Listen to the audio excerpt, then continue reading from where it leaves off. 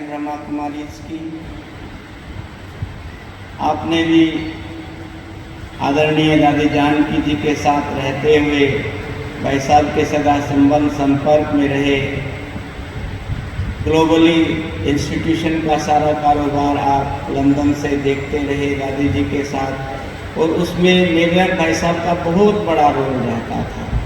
जितने भी हमारे इंटरनेशनल लेवल पर सेंटर्स हैं उनको डेवलप करने के पीछे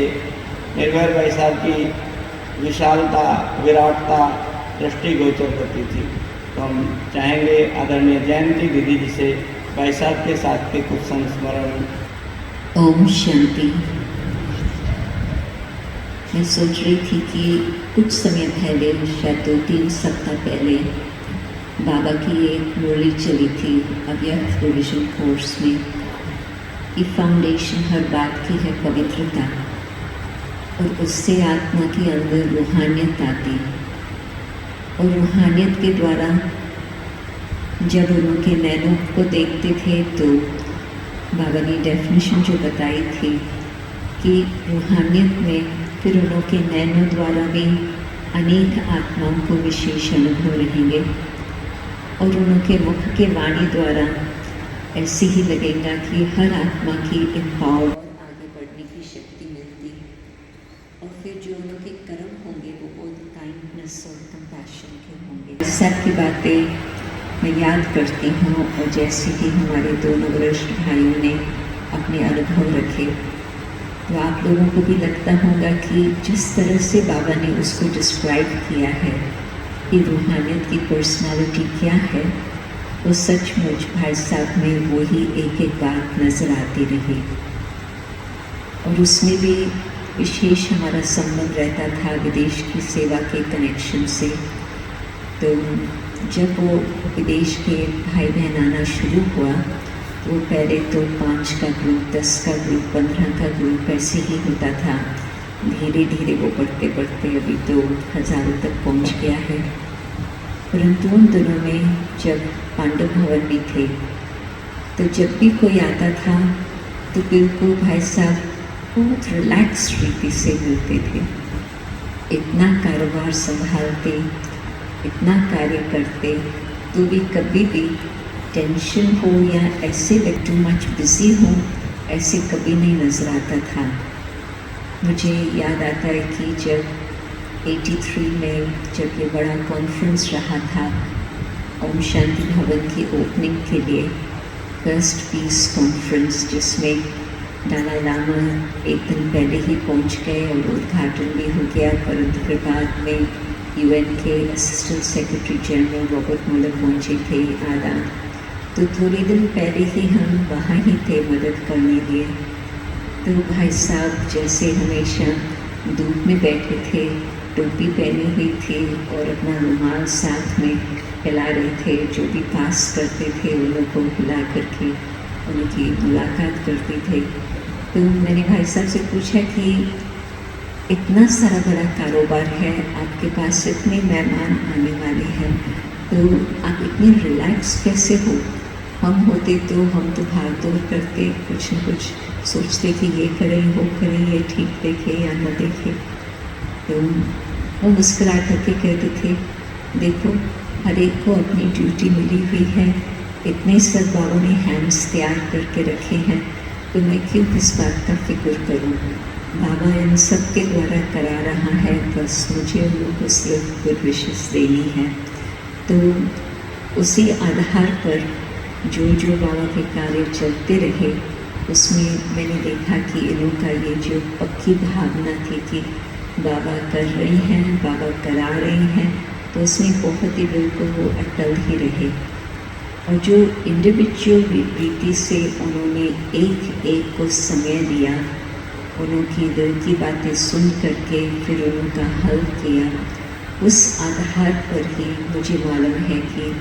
74 से लेकर 78 तक जो भी एक एक आत्मा से इस तरह से मिलते रहे, उनके अंदर ऐसे बल भरा जो फिर आज वो आत्माएं देश को संभाल रही है, कई आत्माएं सारे खंडों को संभाल रही है, कई सेंटर्स को संभाल रही है। मतलब कि जो उन्होंने अपनी मनसा सेवा वाचा सेवा द्वारा उनको शक्ति दी, उनके अंदर इतनी प्रेरणा दी कि वो अभी इतना रिटर्न में बाबा के कार्य को बहुत अच्छी तरह से संभाल भी रहे हैं, परंतु बहुत कुछ आगे बढ़ा भी रहा है कार्य। तो उसकी एक और विशेषता रही जो विदेश वालों के लिए तो हम लोग बहुत आपस में वर्णन करते हैं, और अभी एक छोटा सा वीडियो भी वो निकला हुआ है जो वायरल हो गया है, कईयों के पास पहुंच गया है। उनकी मीठी दृष्टि, मैं समझती कई आत्माएं होंगी विदेश में जो कहेंगे कि वैसे तो वो योग अभ्यास अपना करते थे, परंतु जब मधुबन में आते थे और निवय भाई जी उनको योग कराते थे छोटे से संगठन में, चाहे 4-5 हो या कितने भी हो, परंतु भाई साहब की दृष्टि से उनको बहुत ही विशेष अनुभव रहता था, और उस आधार पर उनका निश्चय और आगे के लिए बहुत मजबूत हो जाता था ताकि वो भी और आगे कार्य कर सके। फर्स्ट ट्रिप जो भाई साहब का विदेश में रहा 1982 में, मुझे याद है कि वैसे पहले भाई साहब का प्रोग्राम बना था, फिर चेंज हो गया, फिर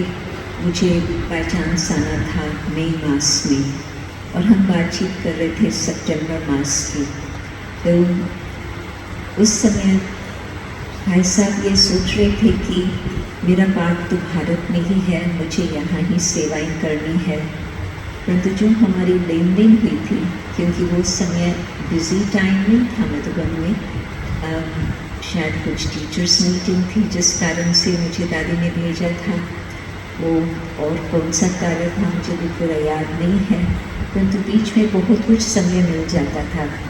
तो भाई साहब के साथ जब मैं बैठी और उनको बताया कि अभी अमेरिका में किस प्रकार से, क्योंकि उन दिनों में हमारा नया मेंबरशिप हुआ था यूएन के साथ एनजीओ के नाते से, तो मैंने बताया कि वहाँ पर आप जाएंगे तो एक इंटरनेशनल गैदरिंग जिस तरह से आपको मिलेंगी वो आपको भारत में आज तक तो नहीं मिली है, परंतु वहाँ आपको तैयार वो सभा मिलेंगी, क्योंकि मुझे 1 वर्ष पहले का अनुभव था कि किस तरह से वो कार्य चलता। तो उनको भी बहुत उमंग आया, और उन्होंने फिर जब बाबा से बातचीत की, क्योंकि बाबा तो बीच में भी आते थे, कोई ऐसी फिक्स टाइम नहीं था कि बिल्कुल अक्टूबर से लेकर अप्रैल तक चले या ऐसे कुछ हो, परंतु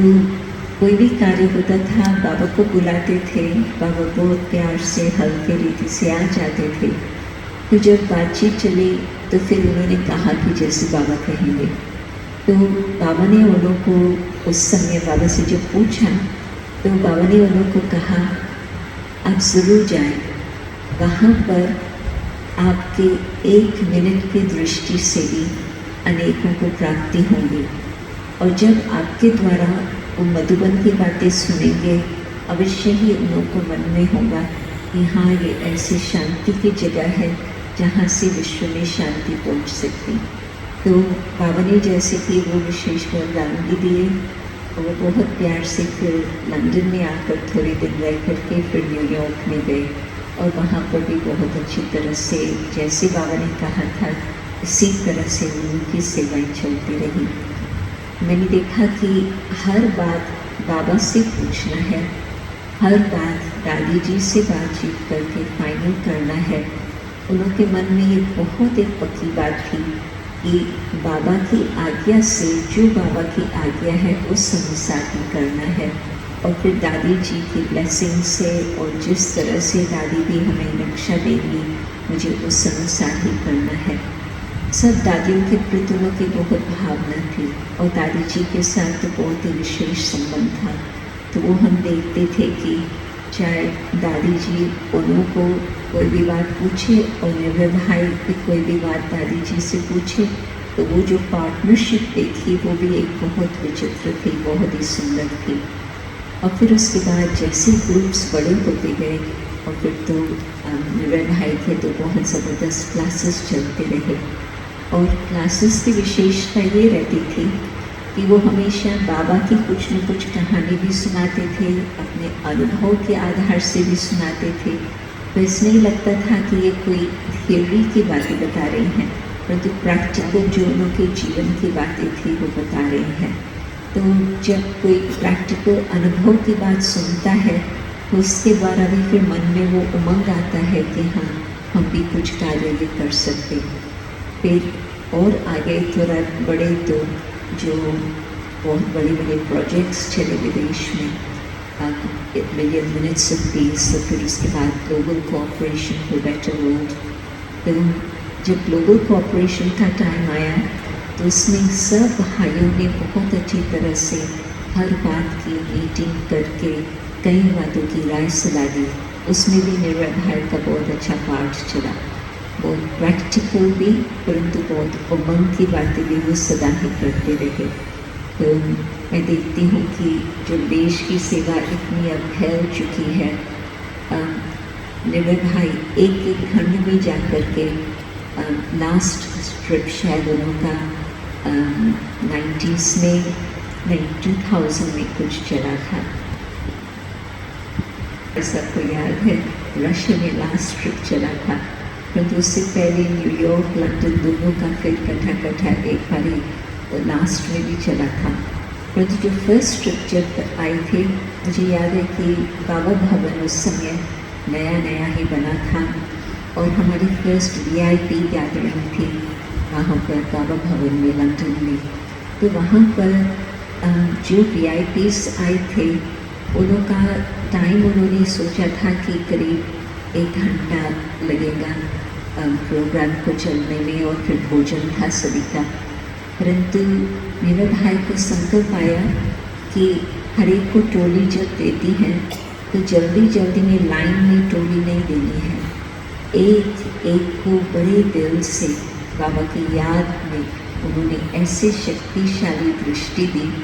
जिसमें मुझे लगता है कि शायद करीब 25-30 लोग होंगे, परंतु आधा घंटे से ज़्यादा वो टोली और दृष्टि देने का कार्यक्रम चला, परंतु एक व्यक्ति भी हिला नहीं, बिल्कुल टोली दृष्टि देते लेते वो कार्यक्रम चलता रहा। तो जो उसको मन में प्रेरणा आती थी उस अनुसार भी बहुत कुछ सुंदर होता था।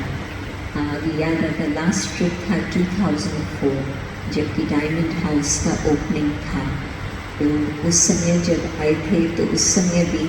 बाबा का वो स्थान देख कर के भी बहुत बहुत खुश हो रहे थे कि कहाँ छोटे से स्थान से बीच से यहाँ तक पहुँचे हैं।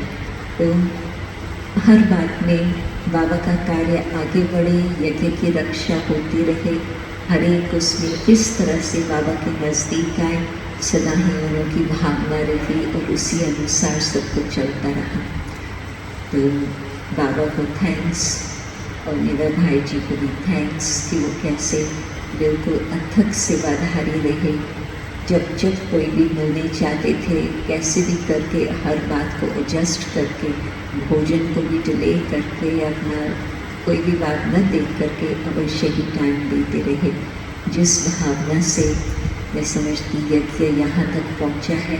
और बाबा को जो कुछ अभी भाई साहब के द्वारा कराना है बाबा ज़रूर कराएंगे और अपनी संपन्न स्थिति खुद भी